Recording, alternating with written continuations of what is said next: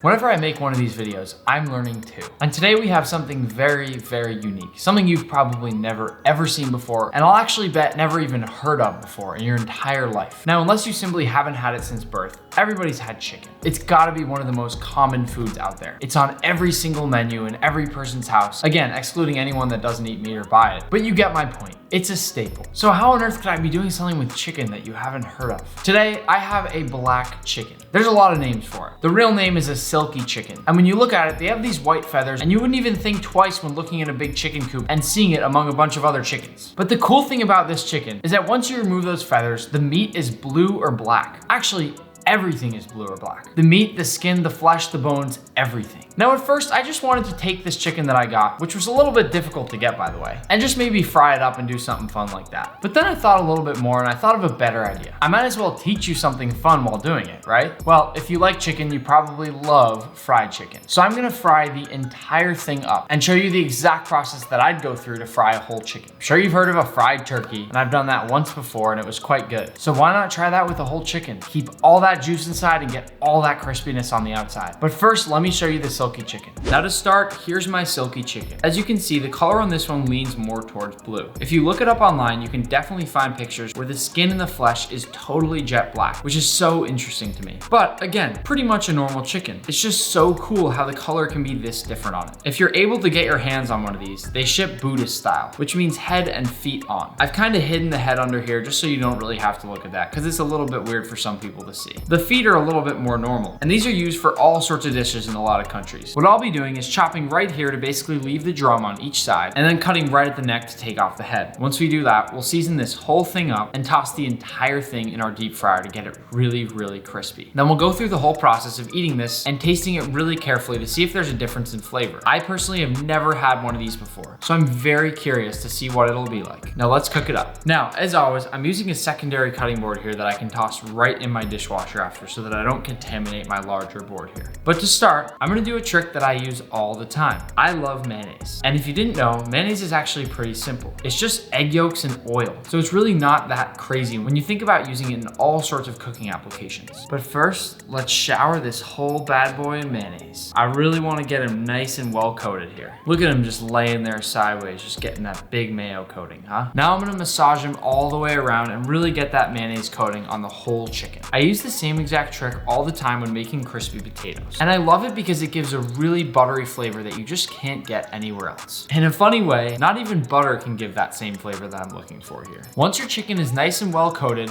move him to the side.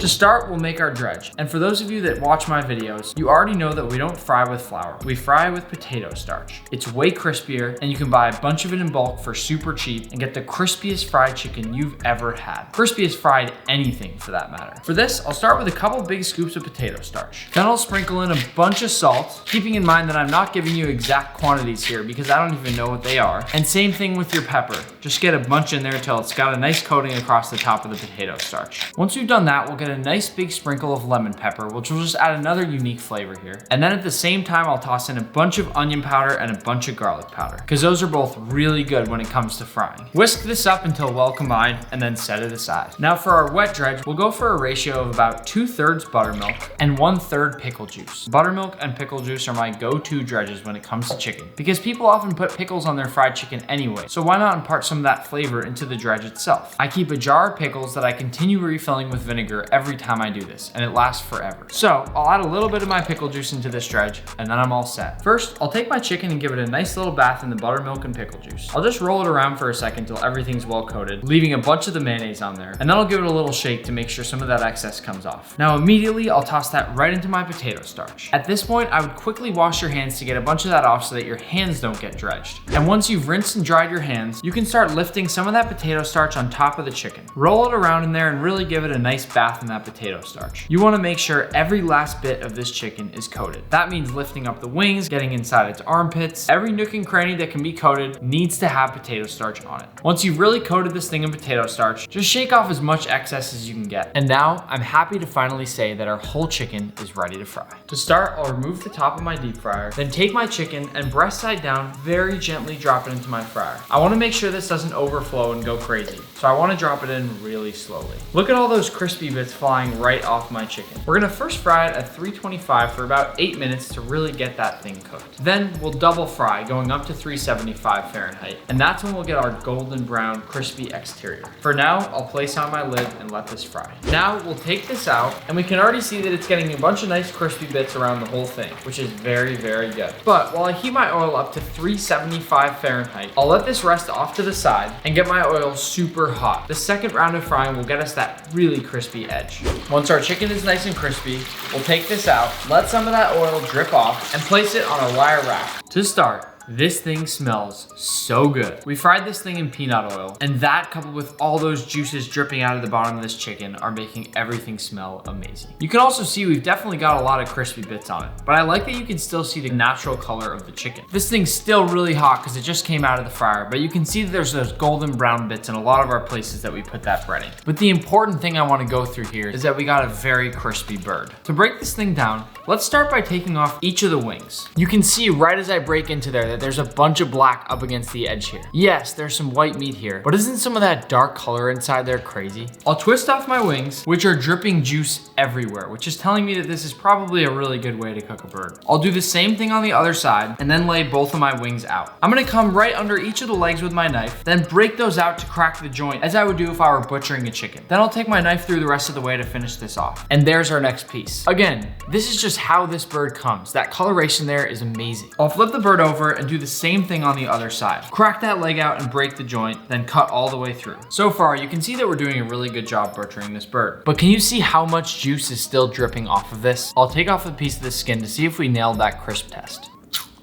Perfect. Now, as you can see, it's a pretty skinny bird, so there's not a whole lot of breast there. But I'll take my knife and just cut along the edge to get as much breast as we can off. Inside is one of the most unique things I've ever seen on a chicken. It has these jet black lines that run right through the meat itself. To be honest with you, I don't really know what that is. And again, I've never tried or cut into one of these, but it's pretty cool. I'll slice off the breast and lay that down on my tray. Now to finish, just one more chicken breast. Again, so many jet black parts in this that's just so unique. I know I keep saying it, but have you ever seen anything like that, or did you ever think you would see anything like this? As for the carcass, I can toss this in the stock and make some sort of soup out of it. Now for the part I'm really excited about. Let's try it out. See if it's the same or see if it tastes different. To plate this fried chicken dish, I'm gonna start with a little bit of truffle mayonnaise right in the center of my plate. Once I got that nice and spread out, I'll place down my two legs on top of each other, then finish with both wings on top of that. I'll finish it off with a little bit of dried dill, which will give a really unique flavor to this whole dish. And then that's it. The first black/blue fried chicken you've ever seen. Now, I'm really happy with how this chicken dish turned out. Obviously, I didn't dredge back and forth to get that really thick fried chicken coating that you might recognize at some place like KFC. But that's on purpose here. I really want to be able to show the darker color of this chicken. It's so unique, so why not try to make it stand out here? Now, I'm just curious to see if this tastes any different from regular chicken. Let's give it a whirl. I gotta say, the thing that stands out immediately to me is that the bone right here is jet black. That's just crazy. For reference, these chickens have bright white feathers, but then everything inside seems to be black. It just doesn't make any sense. With that said, it's honestly pretty similar to normal chicken. I actually think it's a bit tougher and gamier when it comes to the meat itself. And don't get me wrong, it's extremely juicy, and I'd highly recommend frying a whole chicken, at least if you can get one that's small enough to actually fry. But in general, this is pretty run-of-the-mill chicken. Cooks the same way, pretty much tastes the same. I don't really have much more commentary than that. If I go down and take one of these legs, which came out really beautifully, I just want to try that as well. While that meat definitely has some lighter colored meat to it, you can see that darker coloration that runs through it, and I'd be curious to know why that happens. As you might expect, this is a whole lot juicier than the wing itself, and especially dipped in that truffle mayonnaise, it is damn good. But I'm really happy with how this experiment turned out, and I'm glad I got to try something new. Hopefully you learned a thing or two. If you love this video, please remember to hit the like button. And if you want to see more crazy videos, make sure you hit that subscribe button. Our channel's growing so fast still, and we've blown well past 1.25 million now, which is crazy. But what's exciting for me is that we've got a lot of really fun things planned, and they're coming up soon. I'm gonna go back and eat this juicy truffle mayo covered wing. I'll see you next time.